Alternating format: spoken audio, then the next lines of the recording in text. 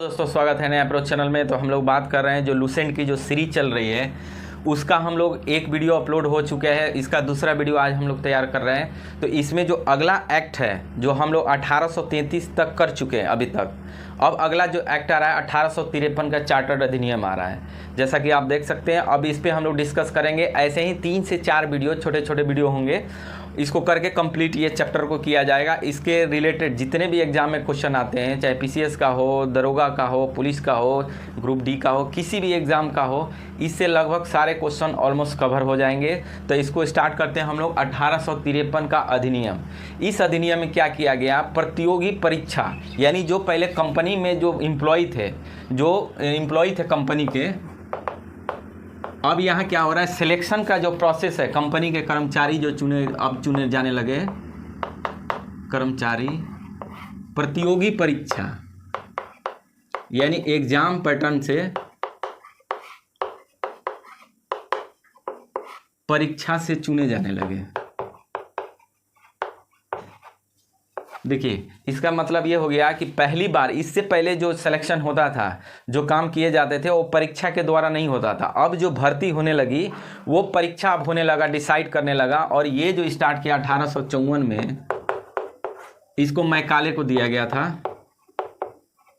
ठीक है, इसने क्या किया कि मैकाले की एक समिति बनाई गई थी। मैकाले समिति बना करके एग्जाम पैटर्न लेकर के परीक्षा करा करके तब सिलेक्शन होने लगा। तो कहीं ना कहीं जो पहले हुआ करता था अब उसमें क्या हो रहा है, चेंजेस आने लगा। तो एग्जाम में डायरेक्ट पूछा जाता है कि प्रतियोगी परीक्षा की भर्ती किस एक्ट के द्वारा किया जाने लगा। तो ये एक्ट है 1853 का एक्ट है। अब आगे बात करते हैं कि इसमें जो विधायी और प्रशासनिक जो कार्य थे पहले का, यानी विधायी और प्रशासनिक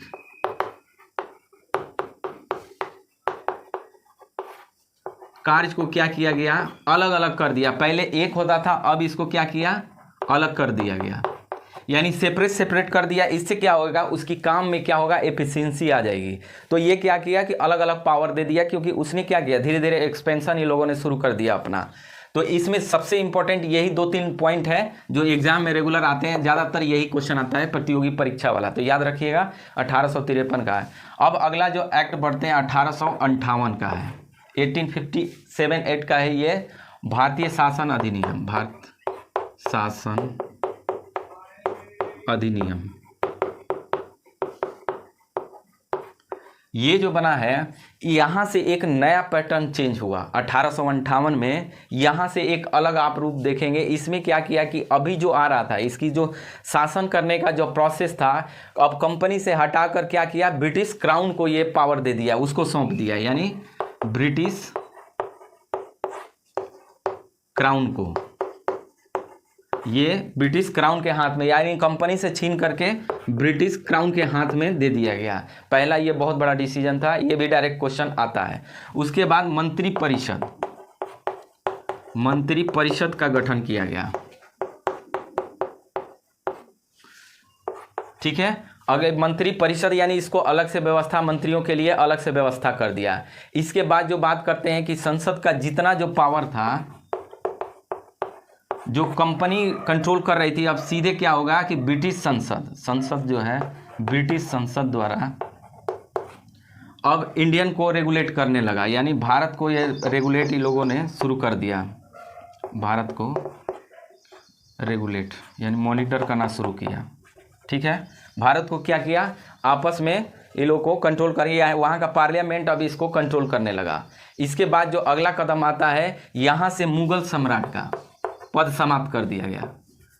मुगल सम्राट का समाप्त कर दिया गया, यानी इसके बाद अब मुगल का पूरी तरह से सफाया हो गया। अब यहाँ से कोई आगे आप नाम नहीं सुनेंगे। 1858 के बाद सब खत्म हो गया। तो मुगल सम्राट को, अब देखिए बोर्ड ऑफ डायरेक्टर एक था, बोर्ड ऑफ डायरेक्टर, अब बोर्ड ऑफ कंट्रोल था एक, board of controller. Board of director, board of controller का जो पद था, आप बताइए, कल मैंने बताया था कि किस एक्ट के द्वारा इसको लाया गया था। इसकी कमेंट बॉक्स में आप जरूर बताएं कि किस एक्ट के द्वारा मैंने पढ़ाया था। अब यहाँ पे क्या इसको समाप्त कर दिया गया, यानी यहाँ से ये board of director, board of control क्या हो गया, खत्म कर दिया गया है इस एक्ट के द्वारा। ठीक है, अब इसमें क्या है कि अब इसके लिए एक सचिव पद नियुक्त करना शुरू कर दिया। यहाँ से नया स्टार्ट हुआ सचिव पद। ये ब्रिटिश ने यहाँ से एक नया पद स्टार्ट किया जो सचिव पद के नाम से जाना गया, और यहाँ से इसकी नियुक्ति होना शुरू कर दिया। ठीक है, अब देखिए, अब यहाँ से भारत के गवर्नर जनरल जो था, अब देखिए, यानी गवर्नर जनरल, अब इसका नाम चेंज करके क्या करने लगा, वायसराय रखने लगा, वायसराय। पहले गवर्नर बना, फिर गवर्नर जनरल रखा गया, फिर इनको हटा करके वायसराय बोला जाने लगा। ठीक है, वायसराय यहीं से। अब देखिए, अब यही होता है कि वायसराय बोले जाने लगा। तो 1858 में था लॉर्ड कैनिंग, इसी के काल में हुआ था। तो लॉर्ड कैनिंग क्या था, देखिए, जब गवर्नर जनरल बोला है तो ये अंतिम गवर्नर जनरल हो जाएगा। ठीक है, और पहला वायसराय हो जाएगा, यानी अंतिम गवर्नर जनरल, अंतिम गवर्नर जनरल और प्रथम वायसराय कौन बना, लॉर्ड कैनिंग, याद रखिएगा, लॉर्ड कैनिंग। लॉर्ड कैनिंग बना अंतिम गवर्नर। पूछ देगा कि कौन अंतिम गवर्नर जनरल था, तो ये हो गया। अब प्रथम वायसराय कौन बना, तो लॉर्ड कैनिंग, क्योंकि इसी के काल में हुआ, इसको समाप्त करके ये स्टार्ट हो गया वायसराय, इसलिए अंतिम ये हो जाएगा, प्रथम ये हो जाएगा लॉर्ड कैनिंग। ठीक है, तो इस तरीके से 1858 का एक्ट में जो जो इम्पोर्टेंट लाइन है इसने मैंने बताया इसको। ठीक है, तो आप देखिए कि कैसे कैसे धीरे धीरे इन लोगों का एक्सपेंशन स्टार्ट हुआ, इसको मॉडिफाई करते हुए ये लोग आगे की तरफ बढ़ रहे हैं। अब अगले एक्ट की बात करेंगे। ठीक है, तो भारत पे ये लोगों ने बहुत अलग तरीके से स्टार्ट किया। अब बात करते हैं 1861 का एक्ट। ठीक है, यानी अधिनियम। तो इसमें क्या किया गया, 1861 में पहली बार अध्यादेश जारी करने का, ऑर्डिनेंस इंग्लिश में बोला, और अध्यादेश जारी करना शुरू किया। यानी इस तरीके से जो नियम कानून बनाए जाते थे, कोई जैसे बिल लाना हो तो ऑर्डिनेंस के माध्यम अध्यादेश जारी करके उसमें कुछ चेंजेस किया जाता था, लाया जाता था। तो इसकी शुरुआत यही हुई है। अगला जो इसमें है, बंगाल और पंजाब में विधान परिषद का गठन किया गया। बंगाल और पंजाब में विधान परिषद। ठीक है, इसका इसमें गठन की बात की गई है। और अगला जो है लॉर्ड कैनिंग का काल था इस समय 1862 में, 61, 62, 58 से लेकर के इसका सेशन था। तो इसमें 3 गो भारतीयों को क्या किया, अपॉइंटमेंट किया गया। कौन कौन थे, वो बनारस के राजा थे। 1862 में 3 भारतीय थे। कौन कौन, बनारस के राजा,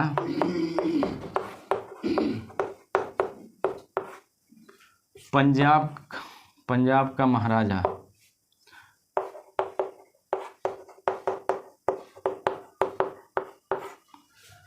ठीक है, बनारस के राजा पटियाला, सॉरी पंजाब नहीं पटियाला है, पटियाला बनारस के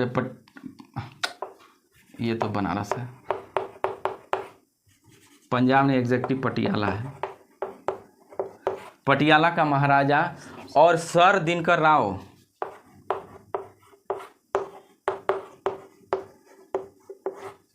सर दिनकर राव। ठीक है, इन तीनों को क्या किया, परिषद में जगह दिया गया, मंत्री परिषद में। मंत्री परिषद में इन तीनों भारतीयों को क्या किया, जगह दिया गया। ठीक है, तो ये रहा 1861 में जो जो इम्पोर्टेंट है उसको मैंने किया। अब बात करते हैं 1892 की। ठीक है, 1892 का अधिनियम ये कहता है कि इसमें क्या है, अधिनियम, इसमें क्या है कि अप्रत्यक्ष चुनाव की बात की गई है। अप्रत्यक्ष चुनाव प्रणाली की शुरुआत, यानी इनडायरेक्ट, यानी बिना वोट दिए हुए चुनाव स्टार्ट हो गया। अप्रत्यक्ष चुनाव की शुरुआत इस एक्ट में 1892 में अप्रत्यक्ष, ये डायरेक्ट क्वेश्चन आता है, हूबहू यही आता है, किस एक्ट के द्वारा अप्रत्यक्ष चुनाव की शुरुआत की गई है, ठीक है। और इसमें राजस्व बजट पर, इसमें कह रहा है राजस्व और बजट पर बहस करने का अधिकार दिया गया, ठीक है। राजस्व और बजट पे बहस करने का अधिकार दिया गया इस एक्ट के द्वारा। इस पे प्रश्न पूछने का भी, यानी प्रश्न पूछने का भी अधिकार दिया है, पूछने का अधिकार दिया गया, ठीक है। अब इस एक्ट में क्या हो गया, अप्रत्यक्ष रूप से चुनाव की शुरुआत हो गई इनडायरेक्ट रूप से। जैसे मान लीजिए कि जो कमेटी कोई बनी उसी में चुन लिया गया कि इसको मिनिस्टर बनाना है, इसको ये करना है। उसी तरीके से इसमें राजस्व और बजट जो पेश हो रहा था उसमें आपसी में क्या है कि बहस करके कोई क्वेश्चन पूछ सकता था कि बजट में क्या रखना है, नहीं रखना है। इस तरीके से क्या हुआ, यहाँ थोड़े बहुत अधिकार दिए गए। अब इसके अगले एक्ट में पढ़ेंगे कि कैसे, मतलब कि अगले एक्ट में कैसे चुनाव में वोट देने का फिर अधिकार उसको अगले में मिला। तो ये वीडियो यहीं तक रखते हैं, फिर अगले हम लोग एक्ट की बात करेंगे ताकि ज़्यादा वीडियो लंबा ना हो जाए और आपको आसानी से डाइजेस्ट हो जाए, ठीक है। Thank you for watching.